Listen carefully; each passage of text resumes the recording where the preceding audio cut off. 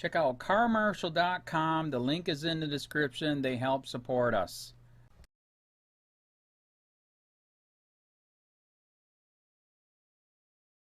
The UK banned guns. Now stabbings and violent crime are out of control. While gun control advocates argue that stricter laws could prevent mass shootings, statistics show that countries with those laws in place are battling increasing rates of stabbings and other violent crimes. By Rachel Blevins, February 18, 2018. When there are reports of a mass shooting, and many politicians and mainstream media pundits respond by pushing for gun control, it is important to take a moment to look at the statistics and whether there is evidence that the proposed laws would make an impact, and in the United Kingdom, that impact is painfully apparent.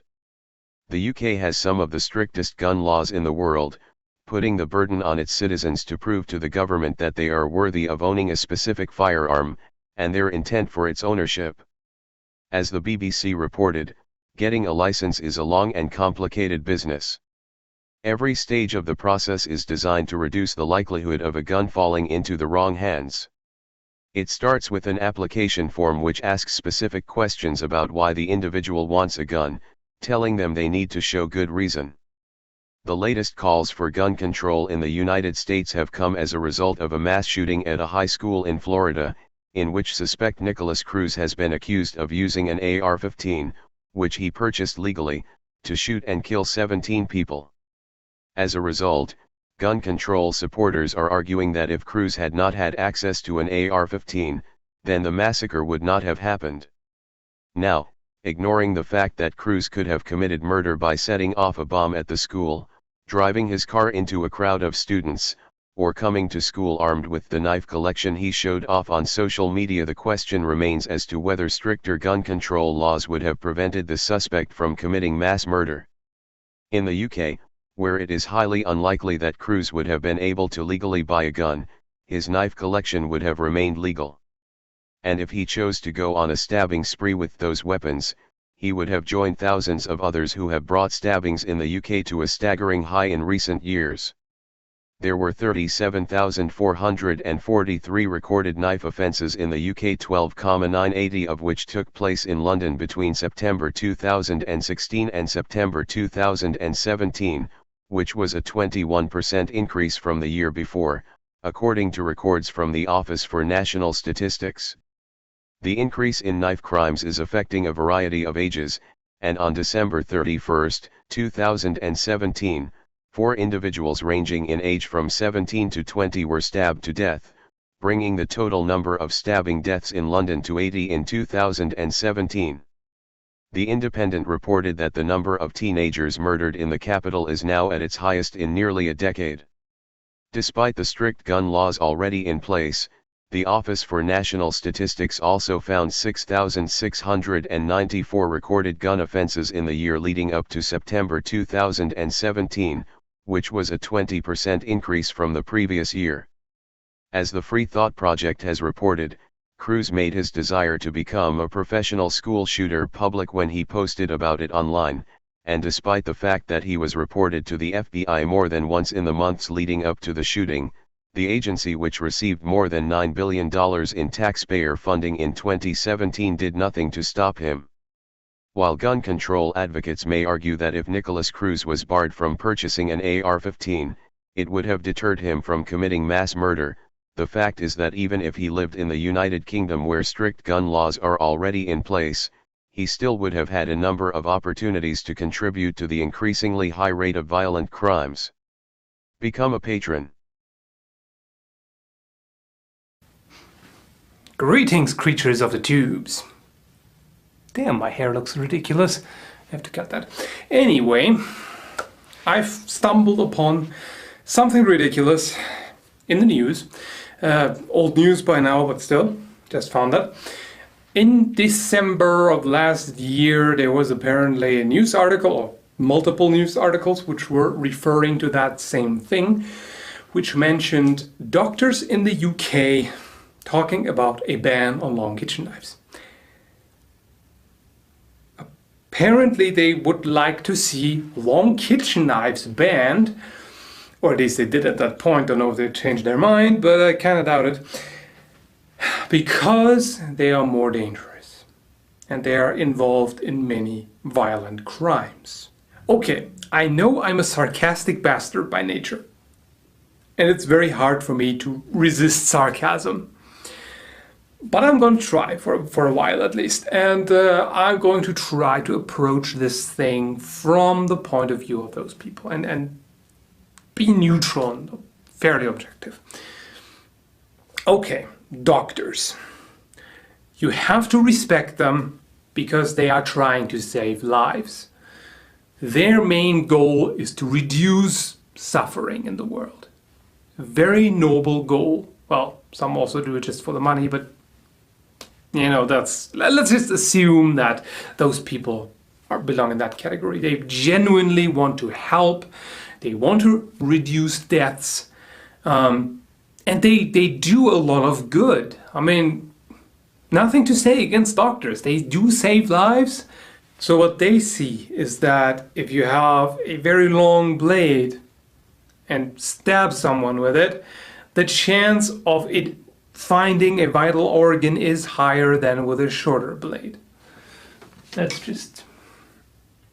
Now by that, this one here will penetrate further and has potentially a higher chance of reaching the heart, lungs, liver, whatever.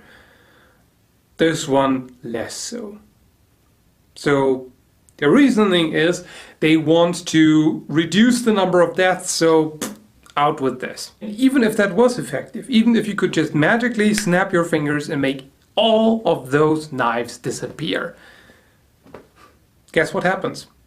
It's just metal, okay? All you need, and this is a bread knife, by the way. Do they expect people to just rip their bread to shreds rather than cut it with a knife? Because this will be too long. Ooh, scary. Anyway, this is just a piece of metal. Okay, you can get other pieces of metal. You can get any kind of metal rod or whatever and sharpen it. Pretty easy. You just need a file and whatever. Very, very simple. You don't have to be a master blacksmith to make an improvised shiv or spike or whatever. It's not a big deal. Just look at what happens in prisons.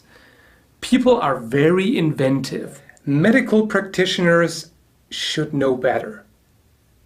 They are not only well educated, they also encounter similar principles in their work. Do you treat the symptom or do you eliminate the cause? I mean, if there is a foreign object in the flesh or a tumor or whatever which causes pain, you don't just cut off the nerves that transmit the pain so that the symptoms are gone, do you? You need to address the cause. And the cause of violent crime, I'm sorry, but it should be pretty obvious that the cause of violent crime is not objects but people. But let me just talk about the other dimension of this, namely the ethical side of that dilemma.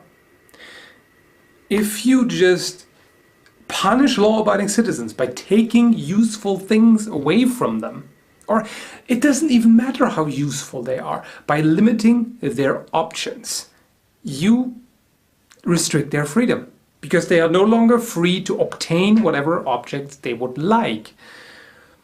It doesn't become a matter of free choice anymore. It's just the state putting the thumb down and saying, no, we decide for you what is appropriate to have. And you know, this whole thing of sacrificing freedom for safety,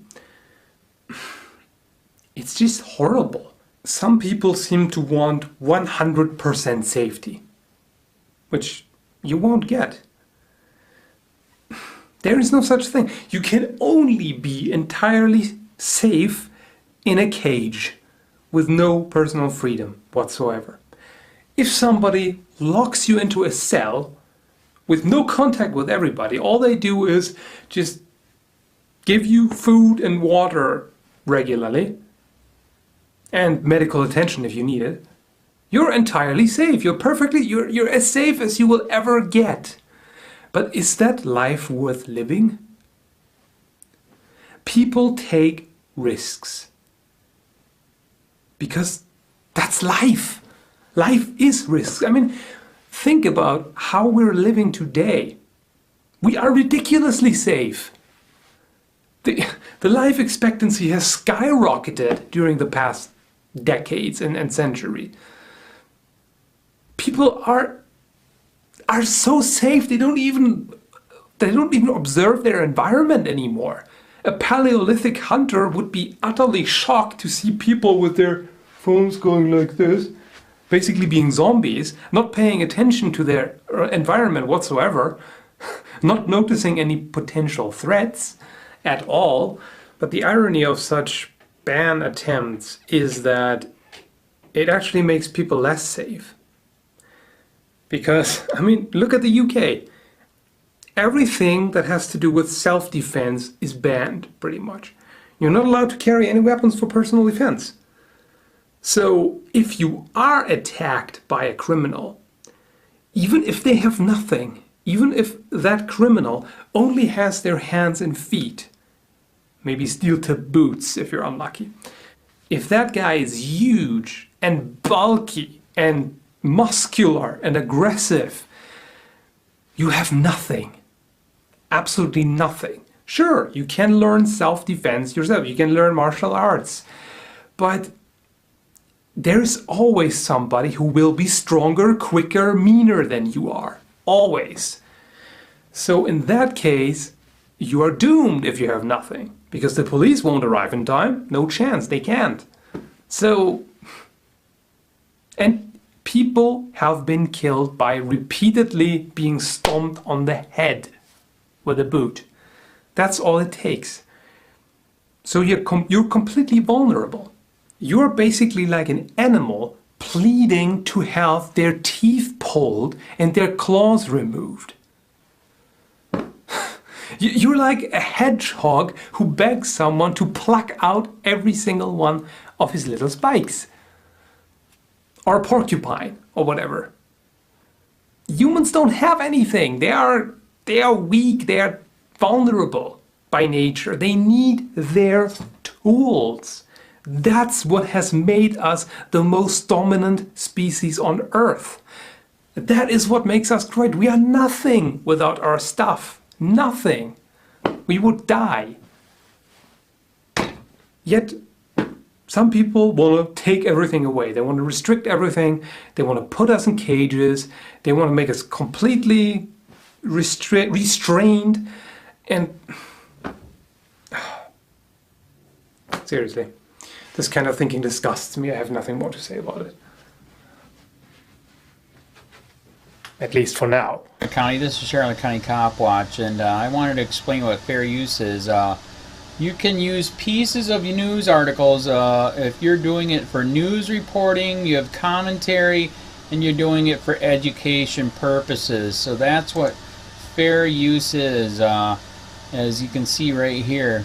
Another reason why I wanted to make this video is to let you know I have just joined with Patreon. A nice thing with Patreon, I make no money on YouTube. They took the money away years ago. And so this is another way to give, and it's a nice thing too, because you can give monthly.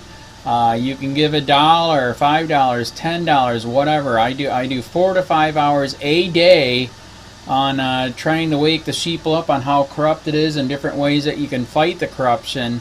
So Patreon is a way that you can do it, and then of course the old way is still there. Donate to Sheriff County Cop Watch with PayPal or credit card. So keep that in mind. 4 to 5 hours a day. I make no money, but the corruption happened to me and I'm sick of it, so I'm trying to wake people up.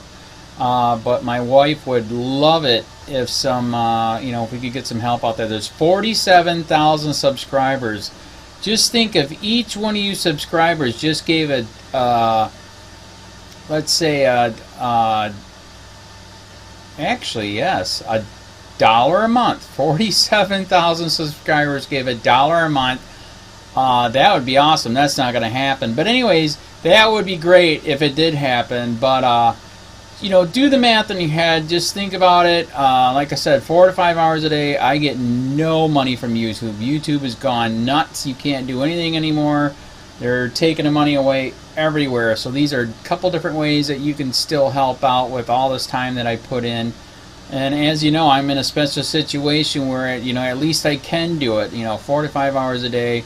We have a cleaning company during the day. That's what allows me to do this, and we're debt free. So this is my hobby.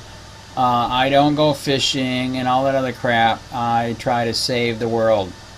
So help me out to make the wife happy, man. In fact, if you guys did give $1 a day, and there was 47,000 of you, and you did it, and each of you gave $1, and that was every month, oh my God, yes, I could quit. I could start suing them. Another idea too that we have is, if I got, some funds, we could actually contact everyone that has been ticketed and or arrested and put in jail and start sending them postcards to let them know we're here, and to see if everything went all right, and if it didn't, find out their story. So we could even do more investigations and more lawsuits. Lawsuits take money. So just think about that. 47,000 of you so far right now. $1 a day. $1 a month on Patreon, or $5 a month Patreon, 10, 20, whatever. Just do the math in your head. Help out. This is a lot of work every single day. Thanks.